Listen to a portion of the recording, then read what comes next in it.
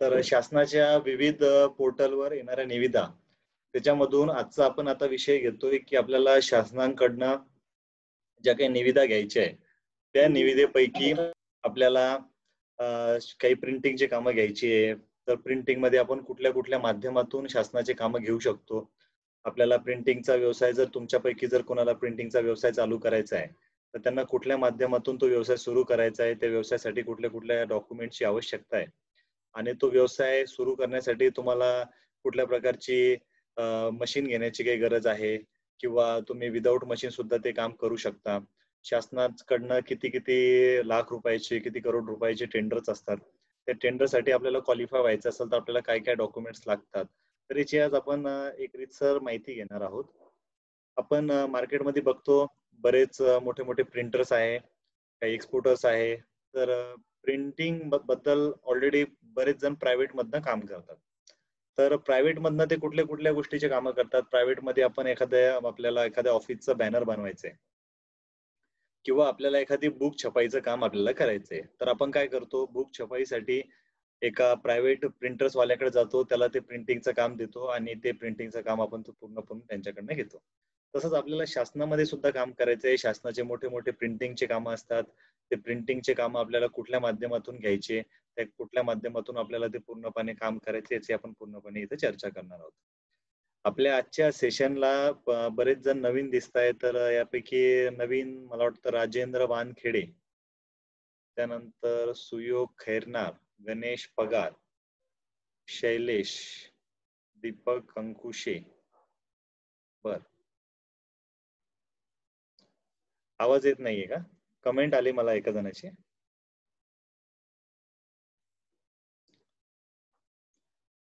आवाज येतोय आता?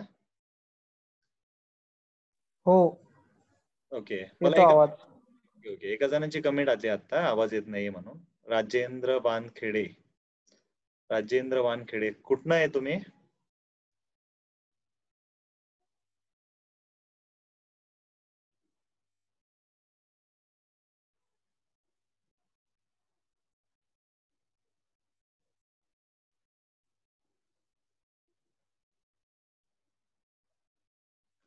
तर प्रिंटिंगचे आपल्याला कुठल्या कुठले टेंडर्स घ्यायचे याची आपण आता पूर्णपणे रीतसर माहिती घेऊ.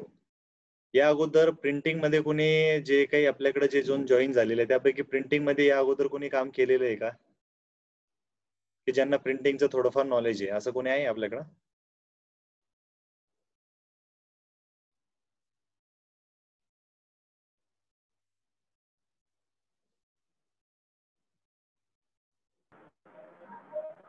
सर, प्रिंटिंग मध्ये नॉलेज तर नाही आहे, परंतु माझा एक जवळचा मित्र आहे, त्याचा बिझनेसच आहे तो.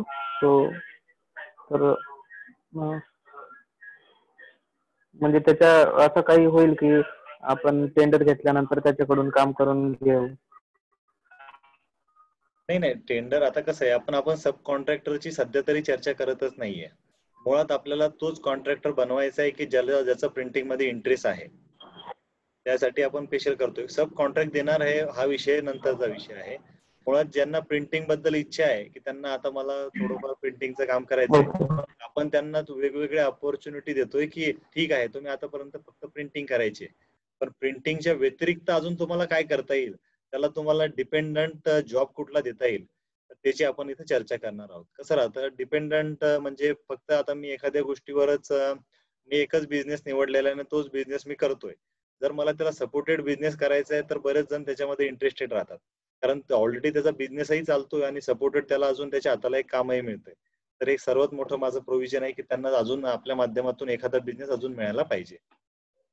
तर असं कोणी आहे की जे ऑलरेडी प्रिंटिंग मध्ये कोणी काम करतंय, असं कोणी आहे का?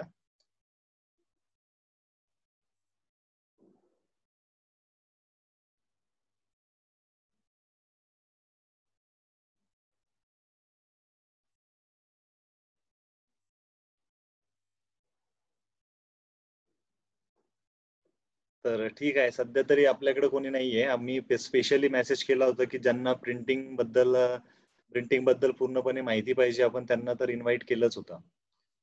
तर विषय कसा होता, की प्रिंटिंग म्हणजे फक्त एखाद्या गोष्टीची प्रिंट करून देणं, हा इथपर्यंतच ही गोष्ट मर्यादित नाहीये. सर्वांनी हा विषय लक्षात घ्या. प्रिंटिंग म्हणजे हा खूप मोठा विषय आहे आणि खूप मोठा बिझनेस आहे, की जो 1 ते 1 कोटी ते 2 कोटी पर्यंत याचे शासनाची कामं असतात.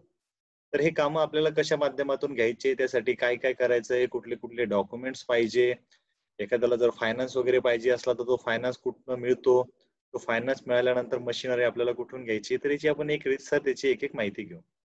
प्रिंटिंग बद्दल मी तरी समजतो, की आता बरेच जणांकडे समजा तुम्ही सर्वजण नवीनच आहात असं मी एक गृहीत धरतो, की प्रिंटिंगच्या बिझनेसमध्ये तुम्हाला कुठल्याही प्रकारची माहिती नाही. तर मी प्रिंटिंगचे तुम्हाला काही प्रकार सांगतो. लक्षपूर्वक तुम्ही ऐका ते. तर सर्वप्रथम मला पुन्हा एकदा कन्फर्मेशन द्या. माझा आवाज तुम्हाला क्लिअर येतोय की नाही? कारण मी एकदा व्यवसाय सांगायला गेलो तर पुन्हा मग अडचण यायला नको. हो.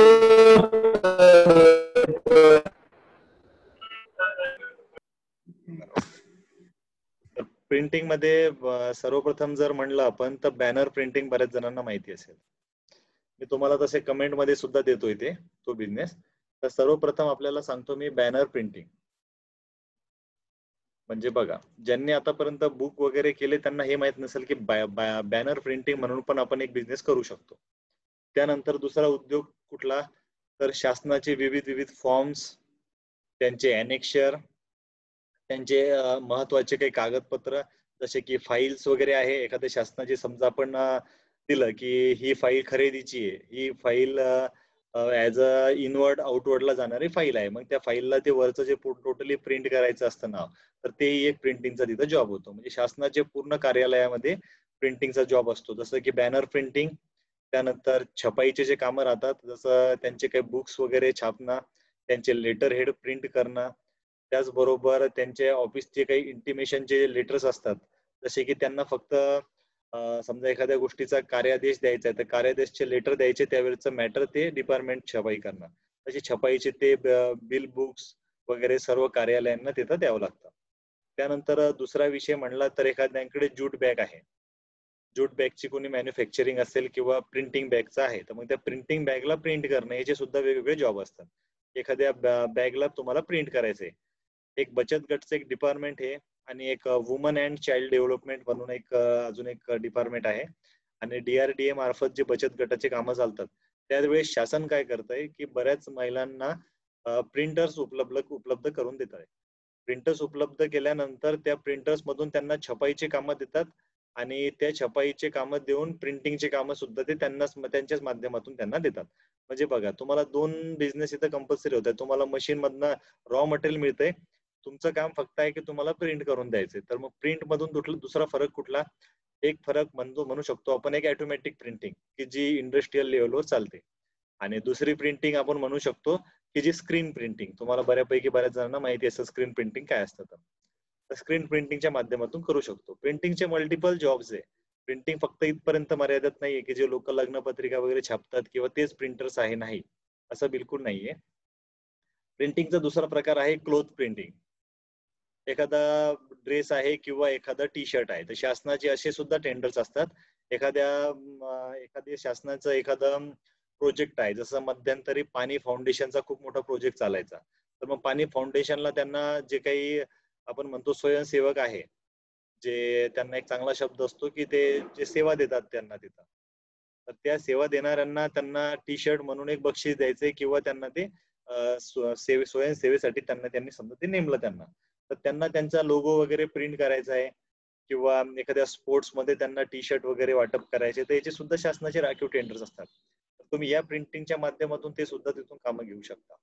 एखादं क्लॉथ प्रिंटिंग करू शकता, त्यानंतर डॉक्युमेंट्स प्रिंटिंग करू शकता, त्यानंतर त्याचे बिल बुक वगैरे प्रिंट करू शकता, बॅनर प्रिंट करू शकता. तर प्रिंटिंगचे खूप काही प्रकार आहेत. प्रिंटिंगच्या बिझनेसमध्ये जास्तीत जास्त तुम्ही माझ्या तरी हिशोबानं तुम्ही 15,000 पासून ते 5,00,000 रुपयापर्यंत चांगल्या पद्धतीने तुम्ही व्यवसाय करू शकता प्रिंटिंगच्या माध्यमातून. काही ठिकाणी स्टेशनरी प्रिंटिंगची कामं असतात. त्यांची तुम्ही स्टेशनरी घेऊ शकता, प्रिंट करून देऊ शकता. काही ठिकाणी पेपर बॅग्स आहे, पण बऱ्याच वेळेस असं होतं की शासनानं त्यांच्या पेपरला आपला लोगो द्यायचा असतो, तर त्या बॅगला सुद्धा ते आपला लोगो आणि ISOचं जे काही त्यांची माहिती असते, तर ती माहिती त्यांना त्याद्वारे सुद्धा प्रिंटला द्यायची असते. त्यानंतर दुसरा विषय जर पकडला तर जर तुम्ही सेंट्रल गव्हर्नमेंटकडे गेले, समजा सेंट्रल गव्हर्नमेंट रेल्वे मध्ये म्हणतो आपण कॅन्टॉन्मेंट्स, त्यानंतर एअरपोर्ट्स तिथे गेले, तर त्यांचे जे काही ग्लास असतात तर त्या ग्लासला पण तुम्ही त्यांचा लोगो देण्याचे प्रिंटिंगचे त्यांचे सुद्धा कामं असतात. हे कामं इथपर्यंत झाले. प्रिंटिंगला वाल्यांना मी अजून एक बिझनेस सजेस्ट करतो. त्यांना आपण अजून एका बिझनेसमध्ये टाकू, कलरिंग करणं पेंटमध्ये. అలాగే मुळात प्रिंटिंग आणि पेंट हा थोडा त्या बिझनेसमध्ये बऱ्यापैकी तफावत आहे. पण या माध्यमातून सुद्धा तुम्ही तिथून प्रिंटचा बिझनेस करू शकता. आता शासनाच्या काही एसटी आहे, एसटी बसेस आहे. तर प्रत्येक एसटी बसेसचं एक 7 ते 8 कोटीपर्यंत टेंडर असतं प्रिंटिंग करायचं. तर ॲज अ डिव्हिजन लेव्हलवरचे जे टेंडर असतात, की प्रत्येक बस स्टॉपला पेंट करा किंवा बस स्टॉपला ही ॲडव्हर्टाइज द्या. तर तुम्ही ॲडव्हर्टाइज प्रिंटिंगच्या माध्यमातून सुद्धा त्या क्षेत्रात उतरू शकता. शासनाच्या काही ॲडव्हर्टाइज असतात, ते ॲडव्हर्टाइज एजन्सी म्हणून तुम्ही थर्ड पार्टी सुद्धा काम करू शकता. उदाहरणार्थ मध्यंतरी आता एक माझा मित्र एक टेंडर करतोय, की जे आपले पेट्रोल पंप आहे. तर पेट्रोल पंपावर तुम्ही बऱ्याच वेळेस बघितले असाल, की काही-काही नवीन-नवीन बॅनर्स येतात. कधी एखादी ऑफर येते, कधी-कधी अजून ती ऑफर चेंज होते. असे बऱ्यापैकी नवीन-नवीन टेंडर्स येतात. तर हे टेंडर्स येतात कसे? पेट्रोल पंपावरचे ॲड्सचे टेंडर्स आपण कसे घेऊ शकतो? एक सोपा जॉब आहे. प्रिंट करायचंय तुम्हाला ते मॅटर. ते मॅटर प्रिंट केल्यानंतर प्रत्येक पेट्रोल पंपाला तुम्हाला नेमून दिलेले असतील. त्या पेट्रोल पंपावर तुम्हाला ते ॲड प्रिंट करून तुम्हाला तुमचा जो काही शेअर असतो ₹1000, 500, 2000 तर या पद्धतीनं जे स्क्वेअर फीट असतं बॅनरचं, त्या बॅनरच्या पद्धतीनं तिथं तुम्हाला त्याचे चांगल्यात चांगले रेट मिळतात. आणि दुसरं तुम्हाला प्रिंटिंगच्या माध्यमातून अजून जर सजेस्ट करायचं काम पडलं, तर तुम्ही जे काही मोमेंटो वगैरे आहे. मोमेंटो म्हणजे जे बक्षीस पात्र जे काही हँडहोल्ड जे आपण हँडमेड काही वस्तू असतात, तर त्यांना तुम्ही प्रिंटचं सुद्धा काम करू शकता. असा पण मोठा जॉब आहे. तुम्हाला बऱ्याच जणांना कमी माहिती असेल, शासनाची सुद्धा एक प्रिंटिंग प्रेस असते, की जिथं फक्त शासनाचे लीगल डॉक्युमेंट्स प्रिंट होतात.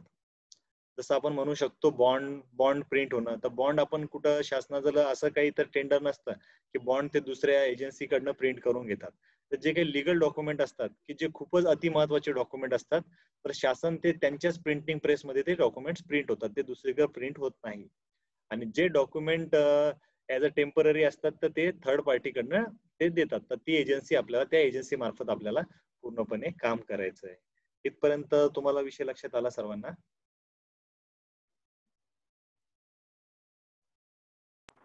हो सर. तर शासनाचे असे काही टेंडर्स असतात. तर कमी याच्या माध्यमातून कमी कॅपिटल गुंतून हा बिझनेस खूप सोपा आहे. आता राहिला विषय कॅपिटल कसं पाहिजे? तर कॅपिटल आपण 2 पद्धतीनं कॅपिटल तिथं तरी उभारू शकतो. तर कॅपिटल 2 पद्धतीनं उभारायचं कसं? तर कॅपिटलचे पण सुद्धा 2 प्रकार आहे. एक तर तुम्ही स्वतः प्रिंटिंग मशीन घेऊन तुम्ही स्वतःही प्रिंट देऊ शकता आणि दुसरा आपल्याकडे असा विषय आहे, की तुम्ही थर्ड पार्टी सुद्धा देऊ शकता. थर्ड पार्टी तुम्हाला कसं देता येईल, की ठीक आहे, की आता मी एखादा जॉब घेतला, पण माझ्याकडे कुठल्याही प्रकारची मशीन्स वगैरे माझ्याकडे अवेलेबल नाहीये. तर मग आता तुम्ही काय करायचं, ते डिझाइन तुम्ही स्वतः करायचं आणि थर्ड पार्टीकडनं ती तुम्ही डिझाइन करून तिथली ती जी ऑर्डर आहे ती तुम्ही फुलफिल करायची. आणि हा business as a service business नसून हा सेल्स बिझनेस आहे. म्हणजे एखादा जॉब तुम्ही मला दिल्यानंतर मी तुमचा जॉब कंप्लीट केल्यानंतर तुम्हाला पेमेंटची तिथंच तुम्हाला पूर्णपणे ऑथेंटिकेशन मिळतं. म्हणजे याला पेमेंटचा पण खूप सेफनेस आहे. एकदा जॉब कंप्लीट झाला, तुमचे पैसे तिथल्या तिथं कंप्लीट झाले. मध्यंतरी आता आपल्या महाराष्ट्रामध्ये आता एक निवडणुका झाल्या. त्याच्यामध्ये लोकसभा निवडणूक, विधानसभा निवडणूक, आता पदवीधर निवडणूक येते. काही ठिकाणी आता महानगरपालिका येते, तर काही ठिकाणी ग्रामपंचायत येते. तर प्रत्येक कलेक्टर ऑफिसकडनं 5 ते 6 कोटी रुपयापर्यंत टेंडर्स अलॉट होतात शासनाचे. त्यांना मतदार याद्या छापायचं काम असतं. काही ठिकाणी पूर्णपणे 1 वर्षाची स्टेशनरी छापायचं काम असतं. तर काही ठिकाणी इलेक्ट्रिक रोल छापायचं काम असतं. तर हे 5-5 करोडपर्यंत कामं असतात. क्वांटिटीमध्ये काम असतं. साधारणतः एखाद्या तालुक्याची जर आपल्याला यादी प्रिंट करायची आहे, तर तुम्ही बघू शकता, की एखादी यादी आपल्याला प्रिंट करायची तर त्याला किती गोष्टी लागतात. यादी प्रिंट करणं सोपी गोष्ट नाही. एका ठिकाणी नाही म्हणलं तरी 10,00,000, 5,00,000, 20,00,000 प्रत्येक तालुक्यावर एवढे मतदार असतात.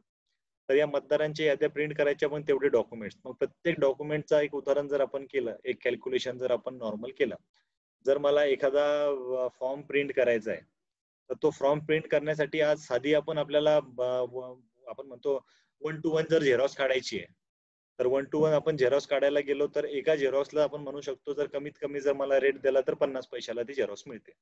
बरोबर आहे. विचार करा जर तुम्हाला मी 2 कोटी झेरॉक्स काढायला जर दिल्या तर तुमचे किती झाले? 2 कोटी झेरॉक्सचे तुमचे ते त्याला तुम्ही कॅल्क्युलेट करा की 0.50 किंवा 0.30 न तुमचे तेवढे तुम्हाला तिथनं तुम्हाला पैसे तिथं तुम्हाला मिळतात. तर खूप चांगला बिझनेस आहे. तुम्हाला स्वतः तरी काही करण्याची गरज नाहीये. हा झाला एक प्रिंटिंगच्या बाबतीमध्ये विषय. आता दुसरा विषय आहे ऍज अ प्रिंटिंग मधनं आपल्याला दुसऱ्या बिझनेसमध्ये मला एक अपॉर्च्युनिटी बघायची आहे. मग कुठली अपॉर्च्युनिटी बघतोय मी? तर प्रिंटिंग सोबत मी बाइंडिंगचं पण काम करणार. बाइंडिंग कसं मी प्रिंट करून दिली ठीक आहे. मग आता याला प्रिंटला आता एखाद्या डिपार्टमेंटचं काम आहे. एखाद्या डिपार्टमेंटकडे समजा एखाद्या डिपार्टमेंटकडे ऑलरेडी एज अ 20-30 हजार रुपयाचा 20-30 हजार रुपयाचा जॉब केला उदाहरणार्थ आपण. तर विचार करा 20-30 हजार रुपयाचा जॉब केल्यानंतर त्या माणसाची प्रिंटिंग किती होईल? साधारणतः नाही म्हटलं तरी 50-50, 60-60 हजार रुपयाचं त्याचं ते पुस्तक बनणार. ते डॉक्युमेंट्स इकडे तिकडे जायला नको. मग आपण त्याला काय करणार? त्याला बाइंडिंग करणं गरजेचं आहे. तर प्रिंटिंग वाल्यांनी काय केलं? प्रिंटिंगचं काम केलं. मग आता बाइंडिंग कोण करणार? तर मग प्रिंटिंग वाल्यांनी त्याचं डिपेंडेंट बिझनेस करायचा आणि ते प्रिंटिंग आलेले डॉक्युमेंट त्यांनी ते सुद्धा टेंडर फाईल करायचं. ठीक आहे मी प्रिंट केलं पण मी प्रिंटिंग केल्यानंतर मी दुसरा जॉब सुद्धा करतोय. तर मी काय करतोय त्याला बाइंडिंग करून देतोय. म्हणजे बघा तुम्हाला इथनं सुद्धा तुम्हाला दुसरा बिझनेस जनरेट झाला. तुम्ही आता त्याला बाइंडिंग पण करू शकता. तर असा एक सपोर्टेड बिझनेस आहे. प्रिंटिंग सोबत तुम्ही बाइंडिंग पण करू शकता. आता प्रिंटिंगचा बिझनेस जर करायचा म्हणला तर खर्चही खूप लागतो. कॅपिटल त्याला तेवढं पाहिजे. मशिनरीज हेवी मशिनरी असतात. त्या मशिनरी सांभाळायच्या, कॉम्प्युटरचा खर्च वगैरे सर्व गोष्टी. मग आता बिझनेसची आपल्याला अपॉर्च्युनिटी तशा बघावं लागेल. अगोदरच्या काळात कसं व्हायचं की छोट्या मोठ्या गोष्टी चालून जायच्या. की एखाद्या ठिकाणी समजा एखादं काम नाही केलं तरी चालायचं, प्रिंट नाही केलं तरी चालायचं. पण आता डिजिटल सर्व आपल्याकडे सर्व गोष्टी आता डिजिटल झालेल्या आहे. त्यामुळे डिजिटल मीडियाचा जास्तीत जास्त प्रभाव आपल्याकडे आतापर्यंत पडलेला आहे. तर बऱ्याच डिपार्टमेंटला जे डिजिटल गोष्टी असतात, जसं तुम्ही जर आता हायकोर्टला गेले, तुम्ही बघत असाल आपल्या जन्माच्या अगोदरपासून हायकोर्ट चालू आहे. बरोबर आहे आणि हायकोर्टामधनं कितीतरी केस लढताय आता अजून. तर हायकोर्ट एवढ्या केस लढल्यानंतर साधारणतः तुम्ही जर तुमच्या घरामध्ये जर एखाद्याची कोणाची केस असेल, समजा कोणाची केस तर मी तरी सांगतो नसायलाच पाहिजे शेवटी, की तुम्ही कोर्टच्या फंद्यामध्ये पडायलाच नको. पण जर कोणाची केस असेल तर तुम्ही बघू शकता, की एक केस असेल साधं तुमचं नवरा बायकोचं भांडण पण असेल, तर तुमचे डॉक्युमेंट्स कमीत कमी नाही म्हटलं तरी 40-50 डॉक्युमेंट बनतात. नॉर्मल तुम्ही बघा 40-50 डॉक्युमेंट बनतील. छोट्या भांडणाचे 40-50 डॉक्युमेंट बनतात. विचार करा आता 40-50 डॉक्युमेंट जर कोर्टामध्ये सांभाळायचे ते पण एका जणाचे. शक्यतो हेच मॅटर जास्त दिसायला बघतात की यांचे भांडणं होतात किंवा काही गोष्टी होतात तर ते डॉक्युमेंट जमा होतात. आता शासन एवढ्या जणांचे डॉक्युमेंट सांभाळणार कुठं आणि करणार काय? उद्या मधातच आपल्याला जाग येते काही जणांना आणि ते माहितीच्या अधिकाराखाली डॉक्युमेंट मागवतात. मग ते कागद बघायला त्यांना वेळ राहणार का? तुम्हीच बघा. तुमच्यापैकी काही जणांनी एक पिक्चर बघितला असेल. मी तुम्हाला एक पिक्चरचं उदाहरण देतो. एक थिरन म्हणून एक पिक्चर आहे बघा. साऊथचा पिक्चर आहे थिरन. तुमच्यापैकी बऱ्याच जणांनी बघितला असेल कदाचित. काही जणांनी बघितलं नसेल तर अवश्य बघा तो. छान पिक्चर आहे. तर त्या पिक्चर मध्ये काय होतं? तर त्या पिक्चर मध्ये तो एका जे लोक रॉबरी वगैरे करतायत तर त्यांचे ठसे सापडत नाही. ते सापडत नाही तर ते पूर्ण महाराष्ट्र फिरतायत. तर तुम्ही बघता त्यांच्या बाजूला किती रद्दी असते. ते रद्दी एक रद्दी बघतच बसतात, रेकॉर्ड बघत बसतात. तर तुम्ही स्वतः ते बघितलं तर तुमच्या लक्षात येईल की आता किती आपली सिस्टीम जे आपले शासनाचे जे काही डिपार्टमेंट्स आहेत त्या डिपार्टमेंट्स मध्ये किती किती गोष्टीचे अडचण येते. त्या डिपार्टमेंट मध्ये पूर्ण एवढी रद्दी आता सांभाळणार कोण? मग शासन काय म्हणते की ठीक आहे.